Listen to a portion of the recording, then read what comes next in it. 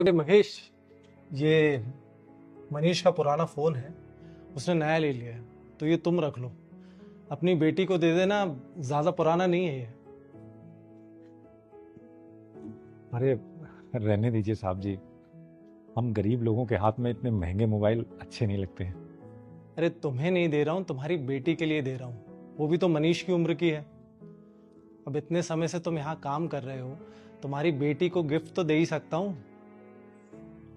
अब गिफ्ट वाली बात है तो ले लेता हूँ साहब जी। ये लो।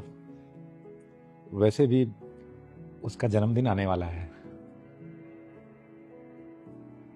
आपका बहुत बहुत धन्यवाद। वो ये फ़ोन देख के बहुत खुश होगी। अच्छा सुनो, आज तुम चले जाना, खाना बनाने की जरूरत नहीं है।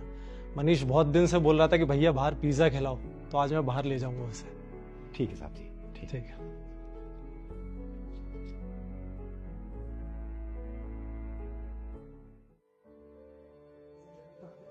साहब जी, वो हाँ महेश बोलो। आपसे कुछ बात करना चाहता था। क्या हुआ? जी, मैं ये फ़ोन आपको वापस करना चाहता था। क्यों? वो मेरी बेटी कह रही थी कि अभी फ़िलहाल उसे मोबाइल की ज़रूरत नहीं है। वो आईएएस की पढ़ाई कर रही है साहब जी। तो मेरी बेटी का मानना है कि मोबाइल के इस्तेमाल से उसका ध्यान इधर-उधर भटक जाता है, टाइम भी ख़राब होता है। इसलिए वो ये फ़ोन कह रही थी कि अभी उसको इसकी ज़रूरत नहीं है। हालाँकि उसे ये फ़ोन पसंद बहुत है। अरे मोबाइल और आईएएस प्रिपरेशन में क्या कनेक्शन है? अब मनीष भी तो आईएएस की प्रिपरेशन कर रहा है, उसे तो ढेर सारी इंफॉर्मेशन निकालनी पड़ती है अपनी पढ़ाई के लिए।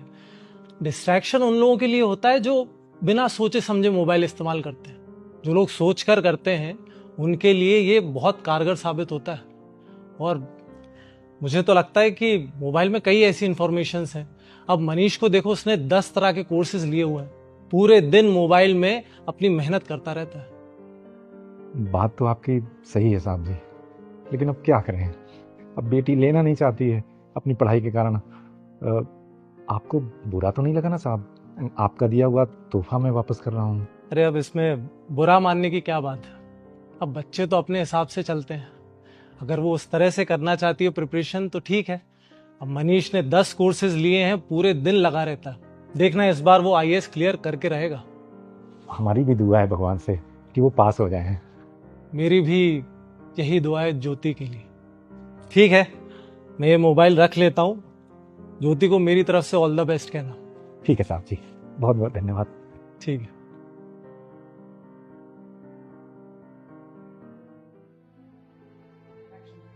हाँ, आज ही आया उसका रिजल्ट और मैं मनीष से बहुत अपसेट हूँ। ये सब ना उसका ये मोबाइल चलाने की वजह से हुआ है। अरे मुझे लगता था कि वो मोबाइल पर पढ़ाई कर रहा है, लेकिन वो रील्स और शॉर्ट्स देखता था।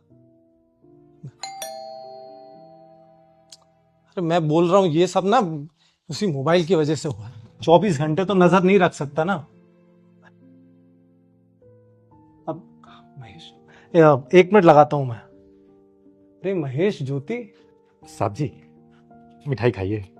मेरी बिटिया ज्योति ने आईएएस की परीक्षा पास कर ली है। आपकी दुआ मेरी बिटिया को लग गई साहब। अरे बस बस ज्योति। थैंक यू सर, आपकी ब्लेसिंग्स के लिए। एंड सॉरी, उस वक्त मैंने आपका फ़ोन लेने से मना कर दिया था। एक्चुअली मेरे एग्ज़ाम्स में सिर्फ 3 महीने रह गए थे और मेरा पूरा फोकस मेरे एग्ज़ाम्स पर ही था और मैं बिल्कुल भी डिस्ट्रैक्टेड होना नहीं चाहती थी। इसीलिए मैं ज्योति को लेके आपके पास आ गया हूँ कि ये अपने मुंह से खुद आपको सॉरी बोल दे। अरे इसमें सॉरी की कोई जरूरत नहीं है, बल्कि मैं तो तुम्हारी तारीफ करता हूँ कि तुमने फाइनली आईएएस का एग्जाम क्लियर कर लिया, क्योंकि तुम्हारे पास मोबाइल जैसा कोई डिस्ट्रैक्शन नहीं था।